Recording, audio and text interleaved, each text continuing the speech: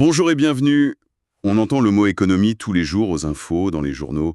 Mais honnêtement, si on m'arrêtait dans la rue pour me demander d'expliquer simplement ce que c'est, ou même comment une entreprise fonctionne de l'intérieur, je crois que je serais un peu en difficulté. On a l'impression que ce sont des sujets réservés aux experts. Et c'est justement le cliché qu'on va essayer de briser aujourd'hui.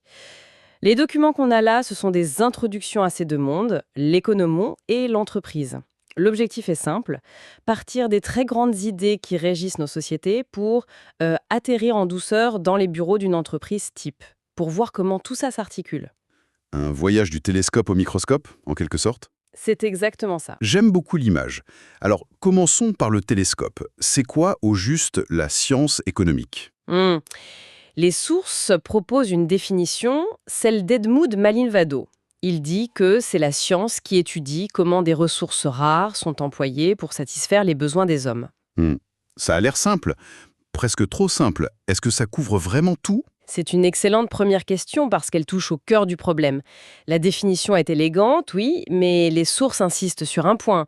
Il n'y en a pas une seule qui soit parfaite. Ah bon? Pourquoi? Parce qu'en fait, l'économie, c'est pas de la physique. On ne peut pas refaire deux fois la même expérience. Chaque crise financière, chaque période de croissance, c'est un événement unique, avec son contexte historique, social, politique. D'accord. La rareté à l'époque romaine, ce n'est pas la même que notre rareté à l'ère du numérique, quoi. C'est pour ça qu'il y a tant de théories différentes. C'est plus une science humaine qu'une science exacte alors. Voilà. Et au centre de ces théories, il y a un personnage un peu conceptuel, l'Homo economicus. Les textes le décrivent comme un acteur rationnel. Franchement, quand je vois certaines de mes décisions d'achat, je me sens pas toujours très rationnel. Oui, c'est une confusion très fréquente. Rationnel en économie, ça ne veut pas dire qu'il est un super ordinateur qui ne fait jamais d'erreur, Ah, ou qu'il n'achète jamais sur un coup de tête. Non. Ça signifie simplement qu'il est cohérent. Face à un objectif, il va utiliser les moyens qu'il a de la manière qu'il juge la plus efficace pour l'atteindre. Son but, c'est de consommer, son moyen principal, c'est de produire. et il ne prend pas ses décisions dans le vide, j'imagine. Ah non, absolument pas. Il réagit à son environnement. Si le prix des croissances augmente, son comportement rationnel sera peut-être d'en acheter moins. Ou de se tourner vers des pains au chocolat. Exactement.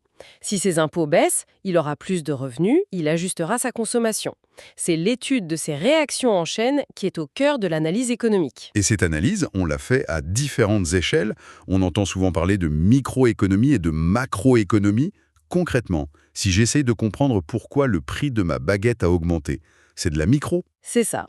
La microéconomie, c'est le zoom sur les décisions individuelles. Vous, la boulangerie, votre relation. Et si je me demande pourquoi le prix de toutes les baguettes en France augmente, là c'est de la macro. C'est exactement ça. Là, c'est le grand angle. On regarde l'ensemble des boulangeries, l'ensemble des consommateurs.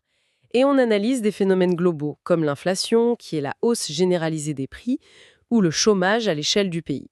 D'accord, c'est clair. Mais au fond, à quoi ça sert de faire tout ça? C'est juste pour comprendre ou ça a des applications concrètes? Les documents identifient trois grands objectifs. Le premier, c'est bien de comprendre le monde, oui. Mettre de l'ordre dans le chaos apparent des échanges. D'accord. Le deuxième, c'est d'aider à la décision. Une entreprise qui veut savoir si elle doit investir, par exemple. Et le troisième, qui est peut-être le plus visible, c'est d'évaluer les politiques menées par les gouvernements. Et là, j'imagine qu'on entre dans des débats plus politiques. Les sources parlent de différentes approches, descriptives, positives et normatives. Ça me l'air un peu technique. Oui, mais la distinction est cruciale. Prenons l'exemple du salaire minimum.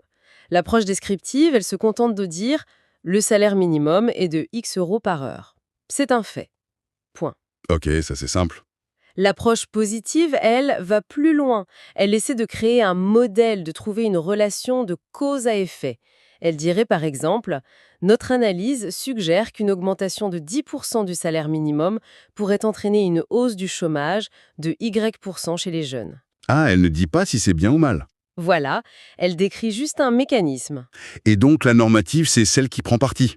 Exactement. L'approche normative se base sur un jugement de valeur. Elle fait une recommandation. Elle dira, pour des raisons de justice sociale, il faut augmenter le salaire minimum. Ou l'inverse, bien sûr. C'est là qu'on quitte la science pure pour entrer dans la politique économique. Ce qui nous amène à la grande question, l'État doit-il intervenir dans l'économie?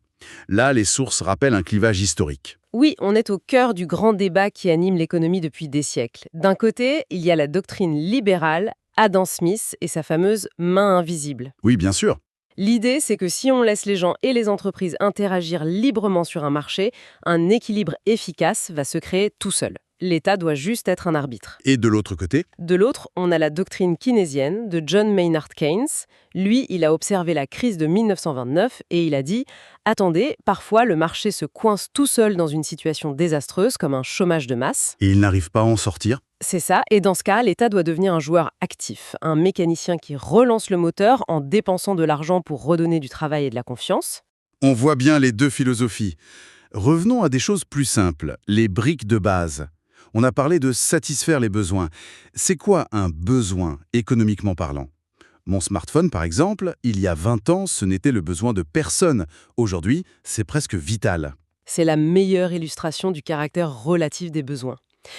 Les documents les classifient de manière classique. Primaire, comme manger ou se loger. Secondaire, comme se divertir. Et tertiaire, le superflu. Mais comme vous dites, la frontière est floue. Elle bouge tout le temps, avec la technologie, la culture, la mode. Votre smartphone est devenu un besoin secondaire, voire primaire pour certains métiers. Les besoins ne sont pas universels et éternels. Et satisfaire ses besoins, on allait bien. Les sources disent qu'un bien, pour être économique, doit être utile, disponible et rare. La rareté, c'est le point clé, j'imagine. L'air qu'on respire est utile, mais pas rare. Donc ce n'est pas un bien économique. Précisément. C'est la rareté qui lui donne un prix. Et là aussi, on peut les classer. La distinction la plus simple, c'est entre les biens matériels, une chaise, et les services qui sont immatériels, comme une coupe de cheveux. Ou entre un bien de consommation et un bien de production. Tout à fait. Mon café du matin, c'est de la consommation. La grosse machine à café du bar, c'est de la production. Mon café est non durable, la machine est durable. D'accord. On a les besoins, les biens. Qui sont les joueurs dans cette grande partie? Les sources en listent 5. Ce sont les 5 agents économiques. Et essayons de rendre ça concret. Quand vous achetez votre croissant le matin, vous êtes un ménage. La boulangerie est une entreprise. D'accord. Sur le prix du croissant, il y a de la TVA qui va à l'État, les administrations publiques. Ok, ça fait 3. Où sont les 2 autres? La boulangerie a peut-être fait un prêt pour son four auprès d'une banque, une institution de crédit, c'est le 4e. Et enfin, la farine vient peut-être d'Ukraine. Ces échanges se font avec le reste du monde, le 5e agent. C'est beaucoup plus clair comme ça. Et pour savoir si tout ce circuit fonctionne bien, on regarde 3 indicateurs, la croissance, l'inflation et le chômage. C'est le trio de tête, en effet. La croissance, c'est le PIB. Est-ce qu'on produit plus de richesses? L'inflation, c'est quand les prix montent durablement. Ça ronge le pouvoir d'achat. Et le chômage, c'est l'indicateur social par excellence. La part des gens qui veulent travailler mais ne trouvent pas d'emploi. Parfait. On a brossé le tableau général, cette grande météo économique. Maintenant, j'ai envie de passer au microscope. Comprendre comment un bateau, une entreprise, navigue dans cette météo. C'est notre deuxième partie. Et pour commencer, les documents font une distinction que je n'avais jamais vraiment faite entre la gestion et le management. C'est une nuance subtile mais importante. Imaginez qu'on construit un pont. La gestion, c'est s'assurer qu'on a le bon nombre de boulons, que le béton arrive à l'heure, que le budget est respecté. C'est le côté technique, l'organisation. Et le management, c'est l'humain. Voilà. Le management, c'est s'assurer que les équipes sont motivées, qu'elles communiquent bien, que tout le monde partage la vision. On peut être un excellent gestionnaire, très organisé, mais un très mauvais manager, incapable de motiver qui que ce soit. Ça me fait penser à une autre distinction, celle entre le manager et le leader. C'est tout à fait dans la même veine. Pour le dire simplement, le manager administre, le leader innove. Le manager se fie au contrôle, le leader inspire la confiance. Le manager demande comment et quand, le leader demande quoi et pourquoi. Une entreprise a besoin des deux. Et cette entreprise, comment on la définit? Les textes disent une unité économique juridiquement autonome, organisée pour produire des biens et services pour le marché. C'est un peu froid, non? C'est la définition technique, oui. Mais ce qui est intéressant, c'est de voir les différentes lunettes qu'on peut prendre pour la regarder. Au début du XXe siècle, Taylor la voyait comme une machine à optimiser. Chaque geste de l'ouvrier devait être chronométré. Pour éliminer le gaspillage. Exactement. Et puis Elton Mayo est arrivé et a dit: attention, ce ne sont pas des machines, ce sont des humains. S'ils se sentent bien, ils seront plus productifs. D'autres, comme Fayol ou Weber, l'ont vu comme une grande structure hiérarchique, un peu comme une armée. Chaque vision a sa pertinence. Et il en existe des milliers de sortes. La classification la plus connue, c'est par secteur. Oui, le fameux trio. La ferme qui cultive des légumes, c'est le secteur primaire, l'extraction. L'usine qui met ses légumes en conserve, c'est le secondaire, la transformation. Et le supermarché qui vous vend la conserve, c'est le tertiaire, les services. Et on parle même de quaternaire maintenant pour les nouvelles technologies. Tout à fait. Google n'est ni une ferme, ni une usine, ni un magasin classique. Ce qui m'intéresse, c'est comment elles sont organisées à l'intérieur. Pour que tout ce monde travaille ensemble, il faut bien une structure. Exactement. La structure, c'est le squelette de l'entreprise. C'est la réponse à la question qui fait quoi et qui rapporte à qui. Et il n'y a pas de structure parfaite, j'imagine. Non, ça dépend de la taille, de la stratégie, de la culture. Les documents présentent les modèles classiques. La structure fonctionnelle, c'est la plus intuitive. C'est une grande boîte avec des compartiments.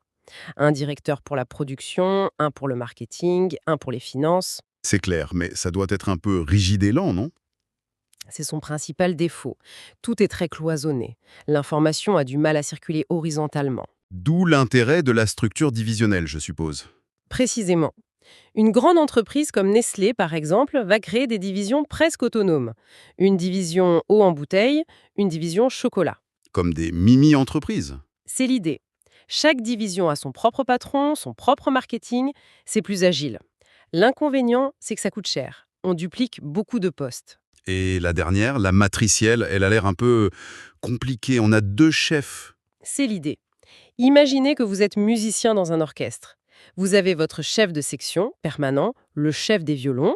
C'est votre chef fonctionnel.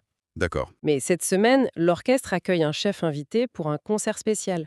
C'est votre chef de projet. C'est très flexible, parfait pour les boîtes qui travaillent par projet, comme dans le conseil. Mais oui, ça peut créer des tensions si les deux chefs ne sont pas d'accord. C'est très clair.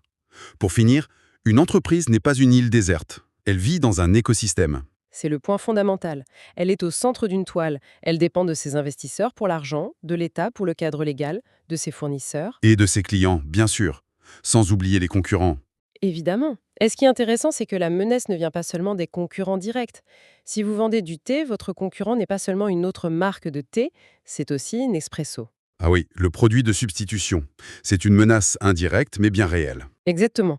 Et au-delà de tous ces acteurs, il y a le macro-environnement, cette fameuse météo économique dont on parlait, le pouvoir d'achat, le chômage, les tendances démographiques.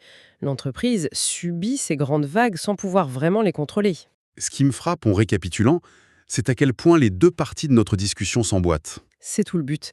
Les grands indicateurs un peu abstraits de la première partie, l'inflation, la croissance, Constituent en fait le macro-environnement très concret dans lequel l'entreprise de la deuxième partie doit survivre. tout à fait. Le choix d'une structure peut être une réponse directe à une intensification de la concurrence mondiale.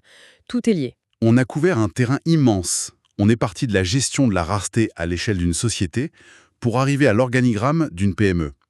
Mais toute cette discussion me laisse avec une grande question en tête. Je vous écoute. Tous ces modèles, que ce soit l'Homo economicus qui calcule ses choix, ou les structures d'entreprise optimisées sur le papier, tout ça repose sur une idée de rationalité et de logique. Alors, je me demande, dans le succès réel d'une personne ou d'une entreprise, quelle est la vraie part de cette rationalité calculée face à tout ce qui n'est pas dans les modèles? L'intuition, le coup de chance, la passion, la peur, les relations humaines imprévisibles. Bref, tout le facteur humain, c'est irrationnel, que ces théories ont tant de mal à capturer.